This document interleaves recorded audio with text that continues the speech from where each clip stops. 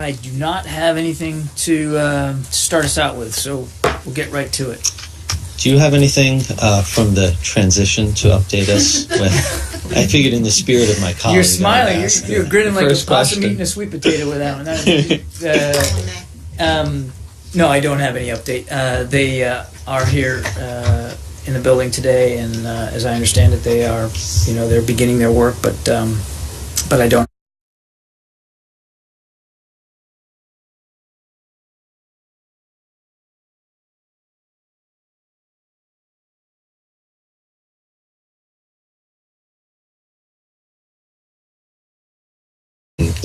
You would support, or were you surprised by the statement? Look, I wouldn't characterize it, our reaction one way or another to the comment. I think Prime Minister May's already spoken. I'd leave it at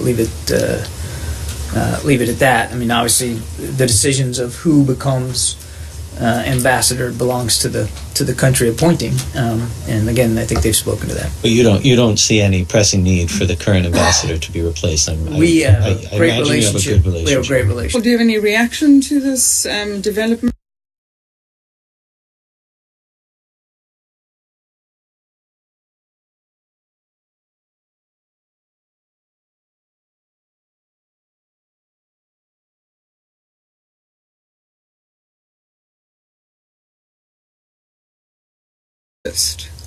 Well, again, I can't and won't speculate about what, with respect to the Iran deal. All I can reinforce is what we have done and will do, and we're going to continue to meet our obligations. These licenses that we're talking about are part and parcel of that effort. We still believe very, very strongly that the Iran deal is good, not just for our friends and partners in the region, but for the world, and certainly are very much in keeping with our own national security interests. And as the Secretary has said many times, an Iran without nuclear weapons capabilities only helps reduce the other problems that we have to deal with in the Middle East. They haven't gone away. Iran's destabilizing activity is still a major issue of concern for us, but removing their ability to obtain nuclear weapons capability certainly makes those other problems a little bit easier to deal with, not completely. So we obviously continue to strongly support the Iran deal. We will continue to implement it appropriately as we are required to under the JCPOA. Whatever decisions the next administration makes is obviously, it's for them to speak to. But it must sit uneasily in this building that these kinds of things could be reversed. I mean, some would believe that this is being done now so that so that these decisions aren't left until after January 20th. Yeah, look, I've heard talk about that and speculation about that. I absolutely can fundamentally assure you that we're doing nothing other than meeting our obligations and our commitments, and the kinds of things that we're doing, such as the licenses that we're talking about today, have been weeks, if not months, in the planning. I mean, this isn't the kind of thing you throw on like a light switch. It takes time and planning to do it, and the Treasury Department, again, without speaking for them, have been working on this very, very hard. There's no final push. There's no sort of concerted effort here to sort of make things irretrievably complete. It is about meeting our obligations. And I think it is important, again, without speaking to what the next administration might or might not do, it's important to remember that this isn't a bilateral agreement between the United States and Iran. Mm-hmm. It is a multilateral international agreement, and that character of it, the truly international scope of it, I think needs to be taken into account. But again, we continue to firmly believe in the soundness of this deal, in the security that gives our friends and partners in the region, as well as the American people. So, just explain to me what this obligation is. You're obliged to license requests for commercial aircraft sales to Iran? It is. When I talked about obligations, Brad, I was talking about, broadly speaking, our obligations to meet our commitments under the deal. But as you know, the deal did call for the lifting of some sanctions, and it did allow for the resumptions of some licensing, particularly with civil aviation, and that's what this is regarding to. Well, why is it such a complicated many-month process if it's an obligation? Just because something is a commitment or an obligation doesn't mean it's easy to do right away. And again, I can't speak to the process here. I just know that the Treasury Department has been working on this for some time. There had been previous licenses issued. I think we've talked about that. I don't know I'm not an expert on the licensing process. Again, I'd refer you to Treasury. But the larger point I'm making is that this decision, the one we're talking about today, had nothing to do, and the timing was not at all related to our own presidential election. But you saw the letter from Speaker Ryan, I'm guessing, about asking. I have. Do you feel that the lame duck period is appropriate for introducing or taking decisions that fundamentally alter the situation regarding investment and business in Iran? Sure, fair question. So we have seen the letter. I won't speak for the White House because the letter was addressed to the president. Obviously, I'm quite certain that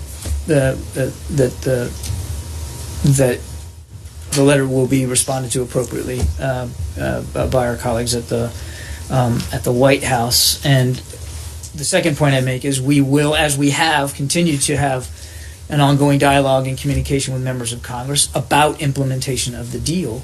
And the third thing I'd say is that this particular license that we're talking about today isn't new.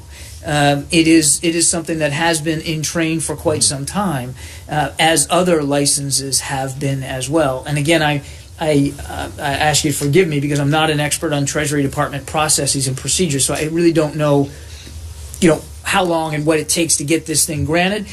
But the point is, it's nothing new. No, I understand. And look, we have seen the Speaker's letter. We're aware of the Speaker's concerns, and I'm sure that our colleagues at the White House will respond appropriately. I understand the deal. It was first announced in January, so it'd be silly to argue that this is a new process that just started after the election. But your insistence that this is months old and that this is many months in the pipeline or whatever, to me seems to be an acknowledgement that it would be wrong to introduce anything new in this lame duck period, that would be either unseemly or not in the spirit of a good transition. So what I would tell you is there's no effort, there's no Machiavellian intent here to sort of to push in any way outside the bounds of our normal commitments and obligations here in the final months of the administration. What we are committed to doing is meeting our obligations in a consistent, forthright manner. And this license that we're talking about today is one of those obligations. Syria? Yeah. Okay, first of all, there was a call between Secretary Kerry and Foreign Minister Lavrov today. Yes, there was. Okay, could you give us a read? So, there was a conversation today over the phone with Foreign Minister Lavrov. Obviously, Syria was the main topic of discussion, and the Secretary and the Foreign Minister talked about the importance of continuing to work towards a cessation of hostilities, in trying to find ways to get that cessation of hostilities in a place where it can lead to a resumption of political talks, and to try to build a framework that can make sense for that cessation of hostilities to actually work. And obviously this conversation, as previous ones, have been done in the context of the continued bombing and bloodshed in Aleppo, and the urgency that the Secretary feels to try to get the cessation of hostilities in place as soon as possible. And according to the Foreign Ministry in Russia, the Russian Foreign Ministry, forgive me, they also say that the Secretary and the Foreign Minister discussed getting Eastern Aleppo back to normal conditions, I guess, without, let's say, the militants like Jabhat al-Nusra and others. Could you explain that? Because I did not understand what they were saying, but they're saying they discussed getting Aleppo back to normal. Well, look, I would let the Russians characterize what they mean by normal, or normalization is, I think, the word that I saw phrased in their readout. They can speak for what they think that means. What I can tell you is, on our side, and I've spoken to the Secretary since the call, that what the secretary was interested in pursuing was ways to stop the bloodshed in Aleppo, and that they focused very much on that and on getting a cessation of hostilities that can be maintained and sustained, not just in Aleppo but elsewhere throughout the country, so that political talks can resume. Now, clearly, they talked about the continuing threat that's posed by al-Nusra, and as they have almost every time they've talked about certainly the situation in Aleppo. But what the Russian Foreign Ministry described as normalization, I think I'd let them describe. What we would like to see, I won't slap the label normalization on it, but what we would like to see is for the violence to stop, for the bombing to stop, for the shelling to stop, for humanitarian aid to get in so that people can live a safe, secure life, and that Aleppo can get back to a sense of calm and peace. And as you look at the images coming out of there today, I mean, you can see that there's a long way to go. Now, going back to the UN Security Council meeting yesterday, the American ambassador, Samantha Power, she cited a source who said that there was 180 air raids conducted by the Syrians and the Russians, and she cited one source, to which obviously the Syrian representative says, how could you possibly be so sure of 180 raids? So I must ask this question again. I know I asked it yesterday. What other sources do you have other than someone, let's say, who might be in Eastern Aleppo, who might represent the opposition, who might have their own agenda and so on? How do you? Well, look, I mean, okay. How do you? Ambassador Power did cite her source, and she cited it as a source. Right. She didn't claim that the information for herself. She cited the source, and it was an example of the continued airstrikes that we see in and around Aleppo. And then she went on, of course, to talk about the atrocities and those that we believe need to be held accountable for that. But look, Saeed, I don't have a different answer for you today than I did yesterday. We look. While I said yesterday, knowledge is imperfect. Of course it is, and I've said that from the get-go. But it doesn't mean that we can't, through stitching together various sources of information, get a pretty good sense, pretty good mosaic of the information that's coming in. So yes, it comes from some credible aid agencies like the World Health Organization, like Doctors Without Borders, like the Syrian Observatory for Human Rights. It comes from individuals that we're in contact with. It comes from groups that we're in contact with. And yes, to a degree, it comes from intelligence sources that we have that obviously I'm not going to speak to here from the podium, but we have a pretty good sense. Is it absolutely perfect and infallible? No. But it's certainly strong enough and convincing enough to tell us that bombs continue to drop on innocent civilians in Syria, that hospitals, now according to various sources, there are no working hospitals in Aleppo, and so people have nowhere to go for the medical treatment that they're so desperately in need of as the bombs continue to rain down on top of them. That's what we need to focus on, and that's why it was so important, I think, for the Secretary and the Foreign Minister to talk today about trying to how we can get to a cessation of hostilities that can change the lives of the innocent Syrians that are trapped there in Aleppo. And my last one on this, she also cited a number of names as, the committee having committed war crimes and so on. They're all in the Syrian army.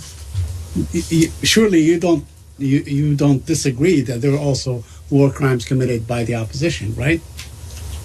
Look, I'm not going to. I'm not going to. There were names. Saeed, I'm not going to elaborate. From the Syrian army, but we did not see or hear any names from the opposition that may have committed war crimes and targeted civilians. The purpose of. I'm not going to elaborate more on what the ambassador had to say yesterday. The purpose was to lay bare the information that we have with respect to violations by and atrocities committed by Syrian officials and Syrian military units. And I'm not going to get into another debate here with you or anybody else about the definition of war crimes. The Secretary has talked about the fact that we believe that war crimes should be investigated. Ambassador Power has talked about that. She laid out some of that case yesterday, I think, very, very eloquently.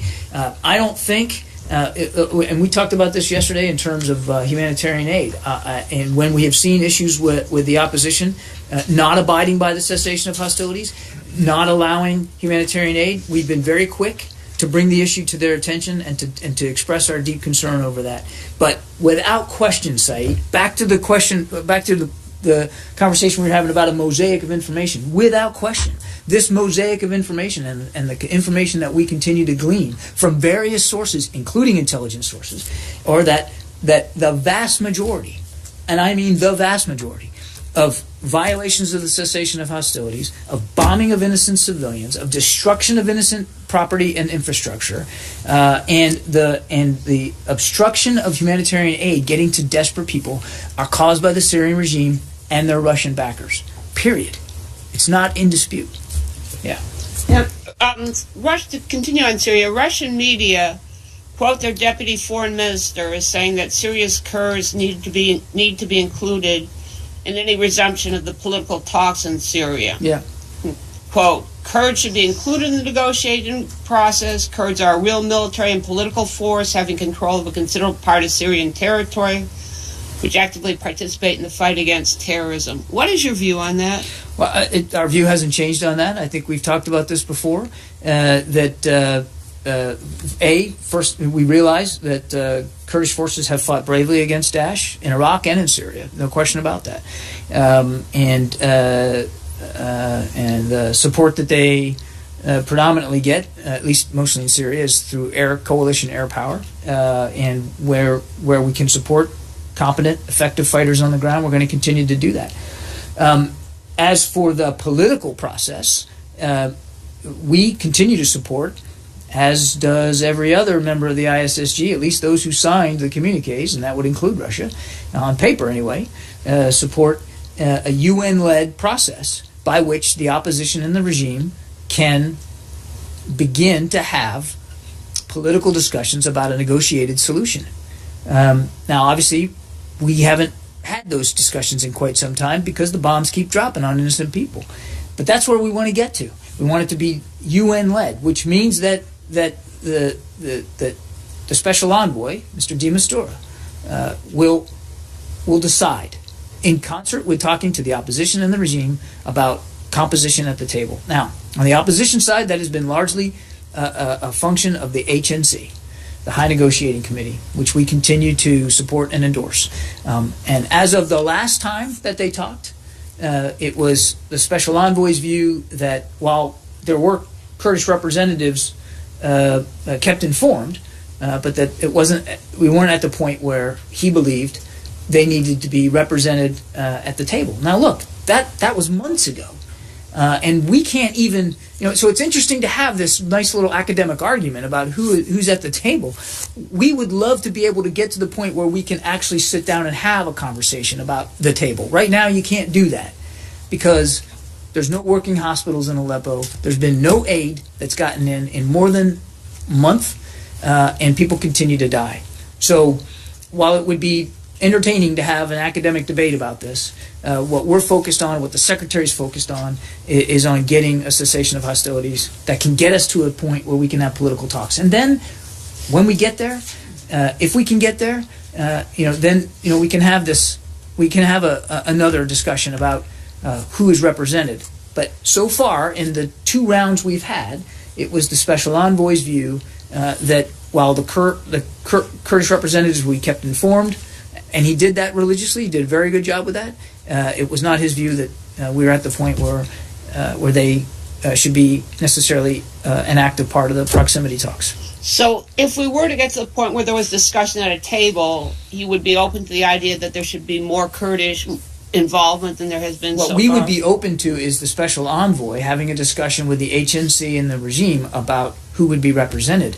And believe me, that is a conversation we would love to be able to have today, but we can't because of what's happening in Aleppo. I can understand. I have a second question, which is yesterday you issued a Europe travel alert that includes, quote, the warning, terrorists may employ a wide variety of tactics using both conventional and non-conventional weapons.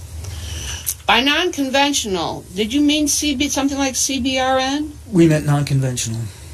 That would include chemical, biological? I'm not going to... I don't think it would be wise for me to try to give you a laundry list of what conventional and non-conventional... The main point that we were trying to convey to potential travelers is to be vigilant and to recognize that especially during the holidays, at large public gatherings or in places where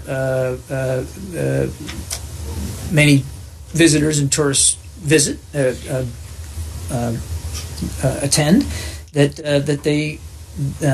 they should stay informed and stay safe, and that terrorists have proven in the past, and we have to assume that they will prove capable in the future, of using a variety of means, lethal means, to hurt, kill, and damage innocent people and innocent property. And that's all we were trying to do.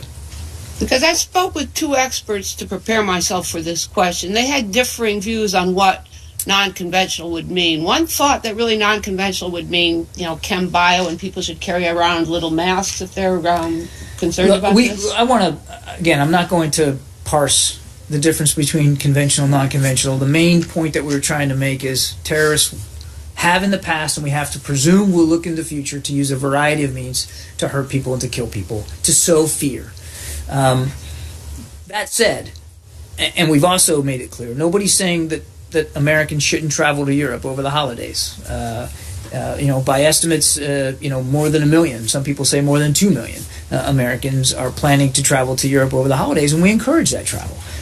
We think that's a healthy way to see the world, explore cultures and history, and to enjoy time with your family and friends. All we're suggesting is to recognize that at the holidays, that public events and public institutions could be targets of those who wish to wish us ill. Sorry, and so we want people to stay vigilant, and we want them to sign up for our Smart Travelers program too, so that we can help keep them informed as they enjoy the holidays. Can we get back to Syria? Yeah. I just had one or two words working this.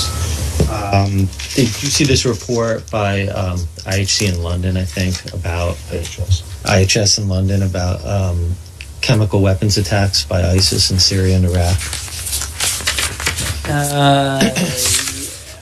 What is your comment? So we are, we are deeply concerned about reports of chemical weapons being used in Aleppo. I would say we take those reports obviously very seriously. Of course, there are no valid excuses for any party to use chemical weapons or chemical agents as a weapon, period. And again, this goes back to our view that that parties that do that will need to be held to account. This report, it tries to document cases going back to, I think, early 2014 of mustard and chlorine attacks by the Islamic State. Oh, I'm sorry. I'm sorry. I'm looking at the wrong thing. You're right, on ISIL. You're right. Yeah. No, I apologize. That's fine. Didn't pay attention enough to the question. Yes, we've seen this report as well. I think we're still examining this particular one by IHS that you talked to. So I can't confirm the veracity of it. What I can tell you, though, is that we have ourselves talked about our view that in the past Daesh has proven capable of trying to use chemical agents, whether it's mustard or chlorine. And DOD has spoken to their view that they have at least attempted to do that in the past. So this is very much in keeping with a methodology we've seen out of these terrorists. But again, we're still working our way through the report. So in August 2013, when the Syrian military supposedly used chemical weapons, I think the U.S. government spoke out in a matter of hours that it had pretty concrete evidence that chemical weapons had been used. But I did a look back, and well into 2015 at least, you were still saying there was no credible reports that the Islamic State had used chemical weapons. This would be well over a year after some of these early reports in this report are documented. So why, one, I don't know if this is ever, do you have concrete evidence, or what you would call highly credible evidence, that the Islamic State group has used chemical weapons? And two, why have you been so much slower to confirm their attacks than you were the Assad government's? Well, again, I don't have, as I said, we've talked in the past about our view that they have at least tried to. I think we've been I think, careful about our statements on this, because you don't want to levy such a charge unless you know you're 100% sure about it. And so it's not about reticence. I mean, clearly this is a group we're not afraid to talk strongly about and to act strongly against. I think it's really about information and wanting to be careful. But obviously, if they did, it would certainly be in keeping with their methodology. I think, but we're just, we're telling you what we think we know when we know it. I mean, it's not about. You see the disconnect. One, you could do it within hours, and another, it's been 2 years since the first reports, and you can't confirm any of them. I can't speak for what we can't confirm, Brad. I mean, we're just in receipt of this independent organization's assessment. We'll take a look at that, and if we have something to add, we'll do it. But I can't make up a fact or anything. We're obviously concerned about this. Yeah. Two topics I want to ask about, both on Europe. So yesterday you said Russia's. Can we stay on Syria? Is there any more on Syria? Yes. Yesterday you were asked about Turkey bombings on the west of Manbij, and you said you were going to take a look. Was wondering if you have any further comments on those. No, I don't. I mean, again, we would. What I've said in the past is, we want to see activity against Daesh in Iraq and Syria be coordinated, and uncoordinated military activity, such as some of these actions around Al-Bab and Manbij, are not, in our view, constructive to the larger goal. And I have one Turkey-EU question. Today at the European Parliament, there is discussion whether to suspend Turkey's EU membership talks. US has been supporting Turkey's membership to EU for a long time. I was wondering if you... I would refer you to members of the EU to speak to ongoing discussions and consultations they've been having. More on Syria? Syria? So I would like to go back to mosaic of information, as you said. So it looks like you have some information, but maybe you have some evidence, for example, of Russian airstrikes on hospitals in Aleppo, for example. But you're not ready to share it public, make it public. And so I would like to know, do you have real evidence of these strikes conducted by Russia, as you claim? And are you ready to discuss it with Russian side, for example, in Geneva talks or something else? Well, I've talked about this several times over the last several days. So let me just restate. It is not the United States making these claims. It is reputable aid agencies. And you can go look for yourself on the website of the World... Hang on a second. Let me finish now. I'll let you. World Health Organization or Doctors Without Borders, the Syrian Observatory for Human Rights. You can turn on CNN today and look at some pretty gripping footage of what's going on in Aleppo. You can read reports out of the Associated Press who are quoting doctors who now have no place to work or are being used or being forced to operate and to treat patients in basements with unsanitary conditions. This isn't the United States leveling claims and allegations.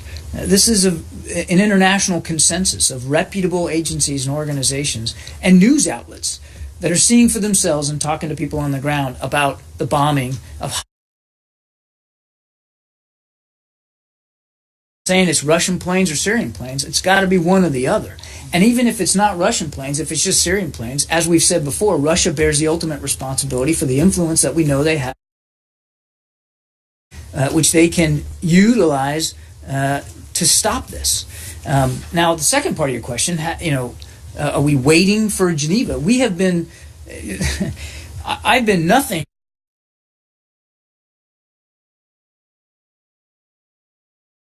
Week. There isn't a single time that that the Secretary hasn't talked to Foreign Minister Lavrov, certainly in recent weeks, where he hasn't talked about Aleppo, a month or so ago. So this is not something that we're waiting to talk about with Russian officials. We're doing it on a routine, regular basis. Now, obviously, the Russians have chosen, for whatever reason, not And as I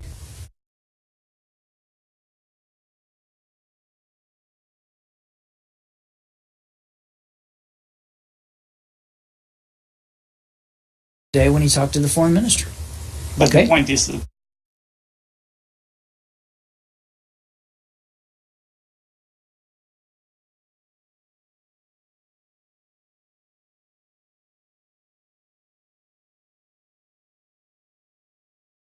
They're on the ground or have representatives on the ground. well, yeah, just for example, we contacted with one of these organizations that reported last week, a health cluster Turkish hub reported about 5 hospitals bombed in Aleppo and Idlib, but they don't have information who did that.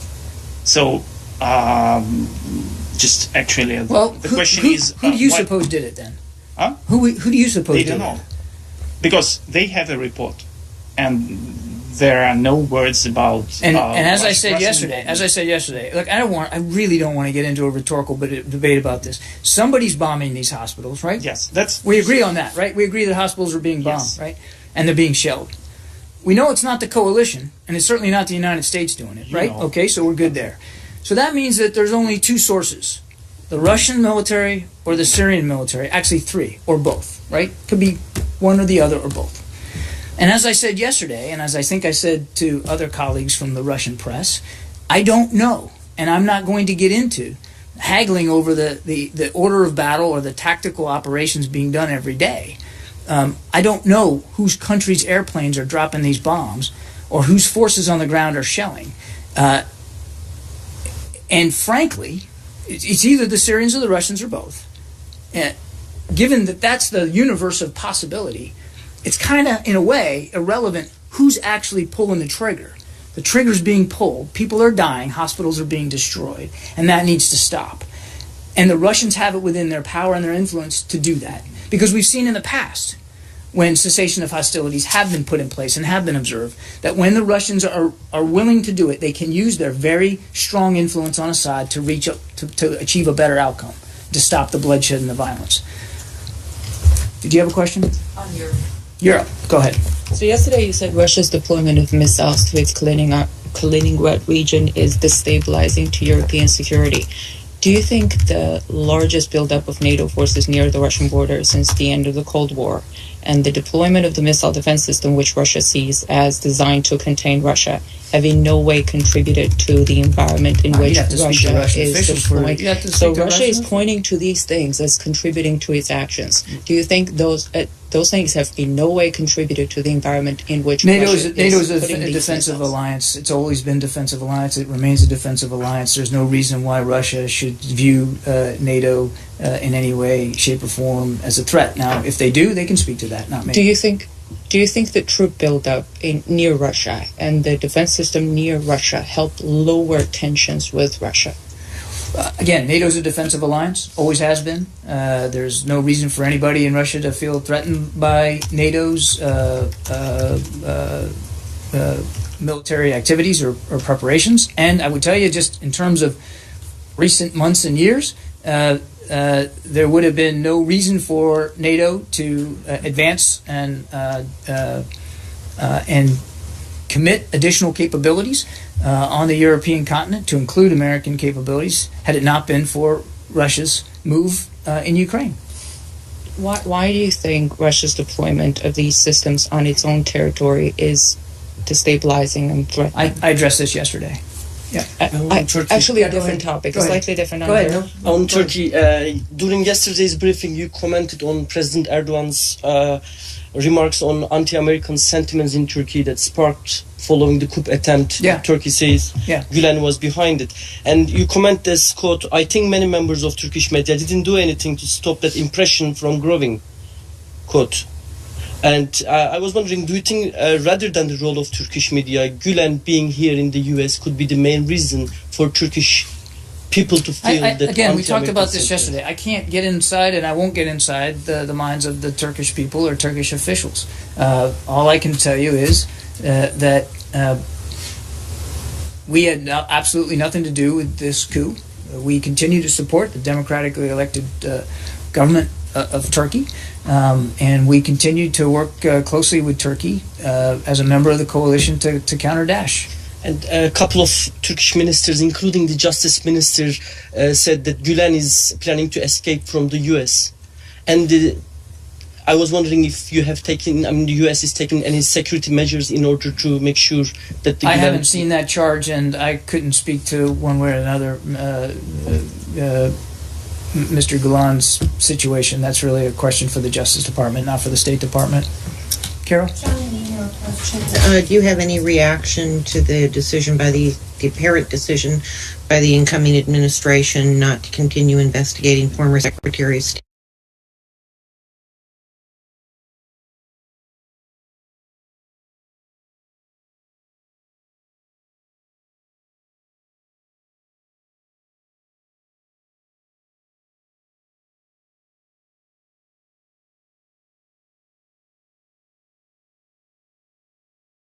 To make public through the Freedom of Information Act the email traffic that we received from former Secretary Clinton, number one. Number two, Secretary Kerry also continues to be focused on improving our own records management here at the State Department, our own commitment to transparency, and that's where our heads have been, not on the legal aspects of this situation.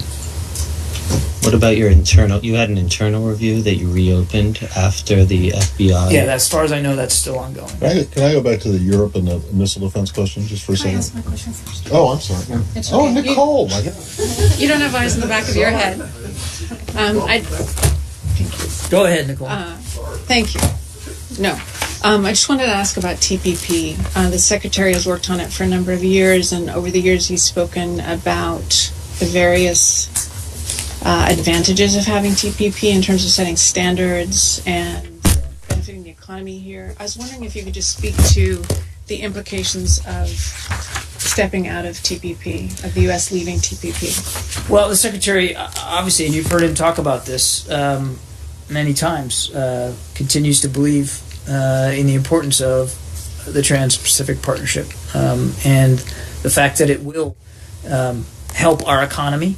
It will help grow the economies of those nations that are signatories as well, and it will help raise the standards for workers and employees. So we obviously still believe in the power of TPP. And look, I mean,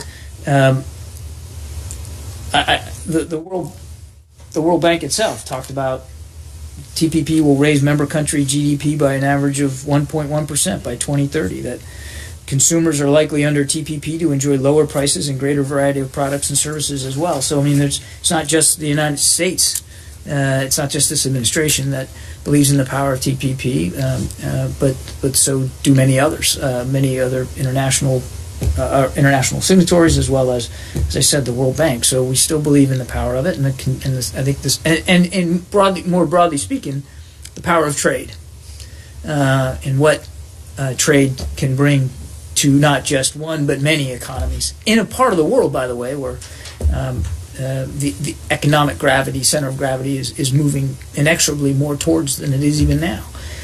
So I think you'll hear for the remainder of the time that the Secretary is in office a continued full-throated endorsement of TPP and its importance. But look, what the next administration decides, that's really for them to speak to and to articulate. What we're going to do is continue to articulate in the strength of TPP. Okay. Yep. I just want to go back to briefly on the missile defense and the Europe question. Yeah. And that this is something that has actually gnawed at me for a year. Well, then I just can't wait a year or so. Yeah, but it's not going to be a rambling thing. I just want when you guys. It was always pointed, even the last administration always pointed to Iran as the threat. And then the Russians shouldn't worry about it. But if the Iran deal is such a huge success as you say it is, why is it still necessary? Because Iran continues to pursue ballistic missile capabilities. But you guys got into the deal that the ballistic missile, you bragged about it at the time, that you kept the ballistic missile. We bragged about anything, Matt. Well, you said it was a success that you got the ballistic. I would say missiles. that's fact sharing, bragging. Okay. But look, I mean, all right, Iran well, continues you to. made a But point look, of Iran, saying that the ballistic missile Iran sanctions, continues to pursue ballistic missile capabilities. Yes. And so we continue to believe in the value of missile defense. But they are still banned from doing ballistic missile activity, right? For 8 years, 7 years now. It is certainly part of the deal, but we have to. Well, if the missile defense system that you want to put in Europe is aimed at only Iran, why would you not want to make it not necessary? And why wouldn't you have pushed harder to keep the ballistic missile restrictions in place? I'm not going to relitigate the deal. We continue to believe in the saying. power of missile defense on the continent because Iran continues to pursue ballistic missile capabilities. That's one. Number two, which I think is getting at the larger meaning of your question, we have on many occasions in the past and continue to be willing to share information about the missile defense systems and capabilities that we want to continue to pursue in placement with the Russian government. And as far as I know, and I'm happy to check on this, I don't believe that offer has been taken up. Yeah, thank you. All right, wait, I have one more, but it's on Yemen. But I'm sorry I'm late. Have you already talked about Yemen? No. I have not. I just wanted to know if there was any update. I don't. Unfortunately, obviously, violations, violence, attacks continue to occur. The Secretary continues to stay engaged. Yes. Yeah. A quick follow-up to Nicole's question on TPP. You said that the U.S. still believe in the power of trade. Now, after the United States withdraw, if the next administration do what they said, that would withdraw the TPP, then what seems to be left, one of the trade blocs is RCEP, the Regional Comprehensive Economic Partnership. First of all, I understand the United States is not a member of it. Do you have a position? Do you have a view on that RCEP? If so, what it is? Well, I mean, I'd let nations that are considering and talking about the RCEP that you're talking about speak to it. We continue to believe in the strength of the Trans-Pacific Partnership and that multilateral trade deal. But do you believe do you share the view that RCEP will be left to be the only major trade bloc to dominate Asia Pacific region? I don't want to hypothesize here about outcomes. Again, it's for the incoming administration to determine what they decide to do about TPP. But for the remaining weeks of the Obama administration, we're going to continue to advance what we believe is the strongest and best alternative for international trade in the Asia-Pacific region, which is TPP. I just don't think it would be a useful exercise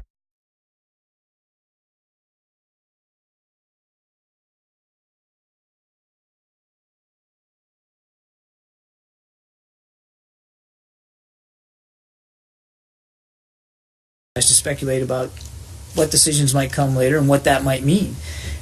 It's important to remember that I get the gist of this is that China is pushing RCEP. Nations have to make these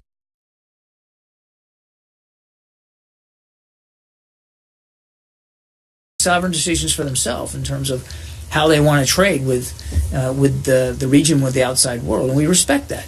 But we aren't the only.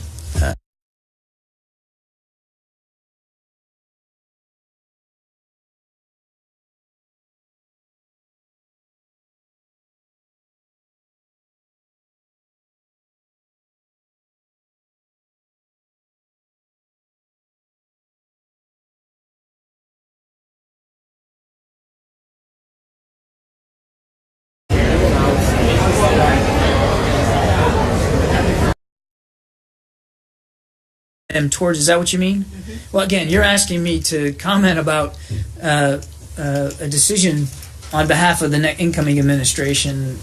I can't do that. I won't do that. What we want to continue to see is TPP enter into force, and we believe that it is that it's the right approach. He said he's going to do it on day one. Surely you can say you think that that's a bad idea. Obviously we would continue to argue for the soundness. I just did a logic of TPP. I've seen the president-elect's comments, but I am simply not going to get into Well, you think the there's habit some way of, that you can... of debating or commenting on it. We continue to believe in the power of trade. We continue to believe in the strength of TPP. We think that that's in the best interest of the United States and other signatory nations. So why can't you say that you think that ripping it up on day one? Obviously, we don't is not a favor good idea. favor leaving the TPP. Of course not. Of course not. But the question was, what do I think about forcing other nations to RCEP? That is a potential outcome of us pulling out of TPP that I can't possibly predict. That was the nature of the question. But you can deal with the ramifications now that TPP won't be passed. I mean, this notion that there's still a chance is absurd. We're beyond, certainly mindful of the hurdles, okay? And but that doesn't mean that we don't the still believe in president-elect's it. Pledge. You have to realize that, if you take the two leading candidates in the presidential election who both opposed TPP, that's 96% of America voted for candidates that opposed TPP. So you have very little leg to stand on, if any at all. I mean, where is this belief coming from that you have any chance at all? Well, again, it's not just us. It's the World Bank. I mean, we still believe in the soundness of TPP. I understand. I mean, I'm not ignorant of what's being said out there, and what the president-elect has said his stated intentions are. So, you've heard the president. The president has talked about the case for international trade when he was in Athens, and I think you'll expect to see him speak about that for the remainder of his time, as well as Secretary Kerry. But the question specifically was, because I don't want to, I just want to make it clear, I'm not unmindful of the reality of what the new administration has said.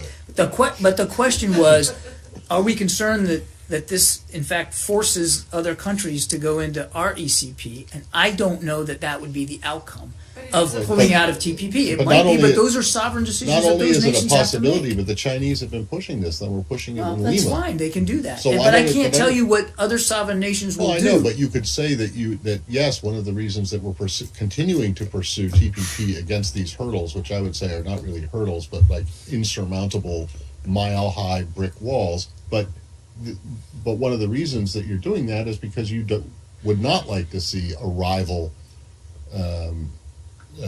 trade pact. I would just say that is run in by general, run by the Chinese, that you have said over and over again would have less stringent standards, environmental and workers' rights. So again, I would, without getting to the specifics of RCEP, what we have said in the past, and I can't talk to that particular arrangement. But as a general matter, we want to see trade arrangements that are open, that are transparent, that encourage commerce and trade, that enhances stability and security, and that meets high labor standards and meets high human rights standards, as we believe the TPP does. Yeah.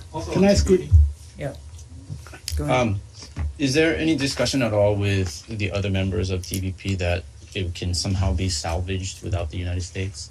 I'm not aware of individual conversations like that. Again, I think. I think I've spoken to it quite enough today. Yeah. Very quickly on Palestinian-Israeli peace potential. In response to Brad's question on the lame duck, granted, I think you were talking about it was particular to Iran. You said that you will refrain from any renewed effort to, in that round.